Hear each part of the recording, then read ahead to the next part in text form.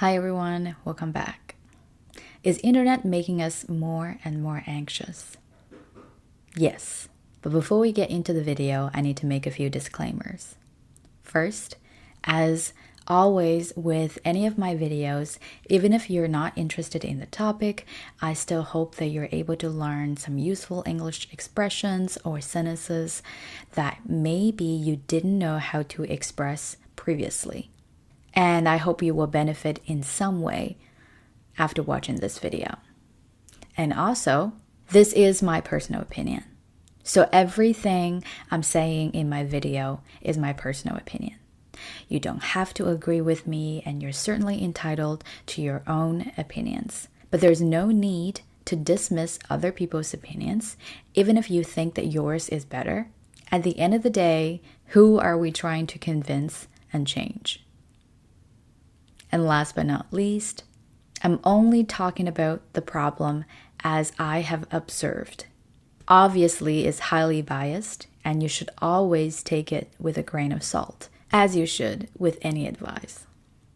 So whenever we feel stuck, or that we could use some new tips or perspectives, we would go online and take a look at what other people would do.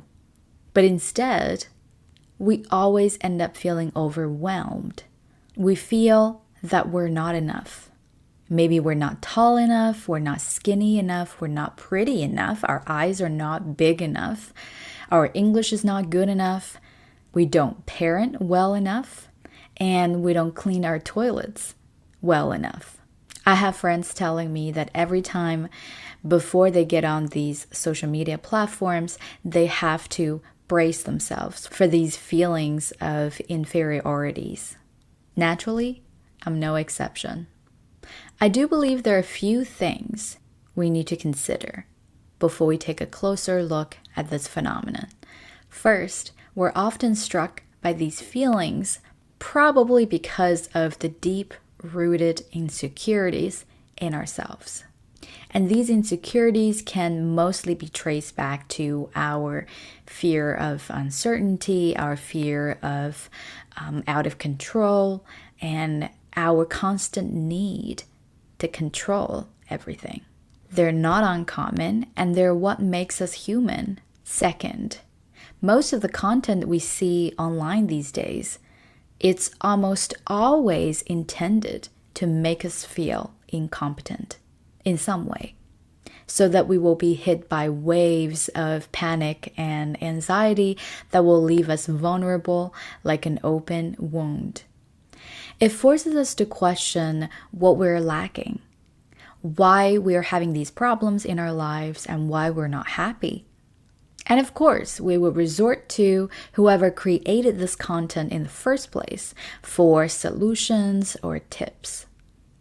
And most likely, we're then led to believe that this one person or one company has all the tricks we need to make our problems go away.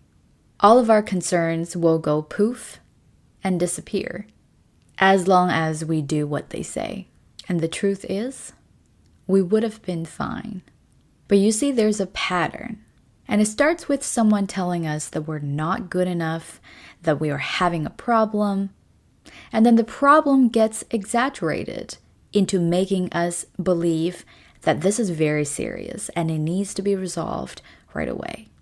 When we're convinced that that is indeed the case, we start to panic. What do? How do we deal with it? And we would almost always look to the person who pointed out the problems for suggestions. And there, we just got hooked. Our vulnerability might have been exploited so that a product or service could be sold to us, something that allegedly would make all of our troubles go away and make things better once and for all.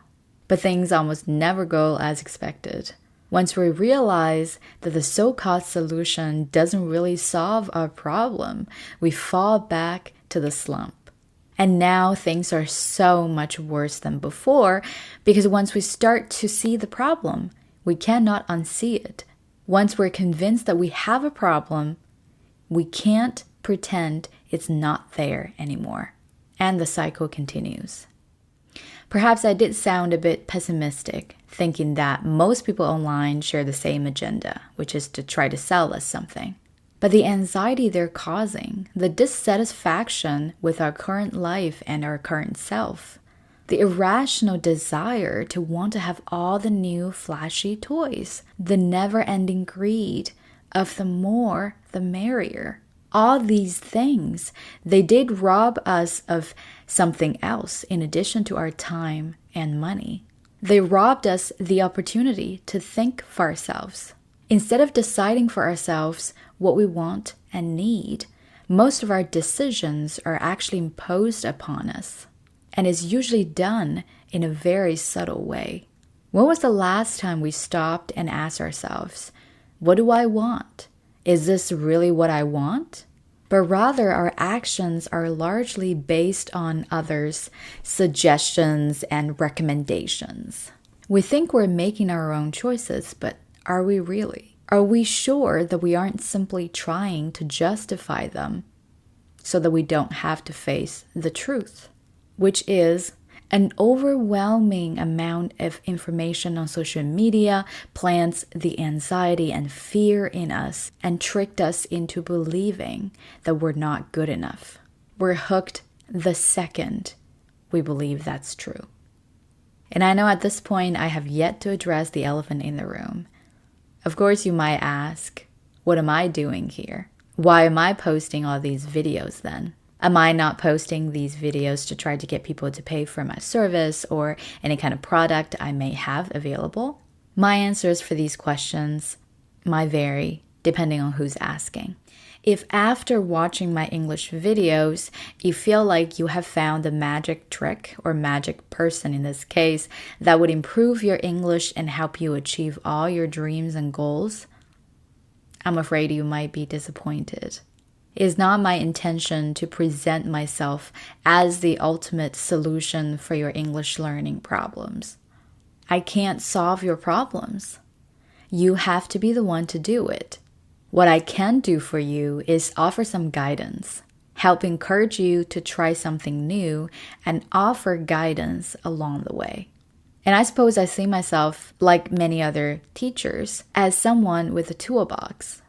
I can provide the tools that I think might help you address your problems. But it is your job to figure out what problems you have in the first place. It is also up to you to decide whether my suggestions work for your problems. You have to try them out. You have to do the dirty work. But how, you might ask? Well, what I would do in this case is after you finish the video, put your phone down and sit down with a piece of paper. You need to list all the things that you're currently struggling with in your English learning, as well as any questions you might have. You then need to identify what your priorities are and what kind of resource you have available for you. In a nutshell, nobody but yourself knows what works for you. Others might say they do, but they really don't. And I'm sharing the hows and whys in English learning with you, not only to provide some insights, but of course to promote myself as an English teacher. That said, I don't believe I'm a good fit for everyone, and I'm not trying to be. I have my own theories and beliefs about English learning, and as long as they are helping some people succeed, then everything I'm doing right now is worthwhile.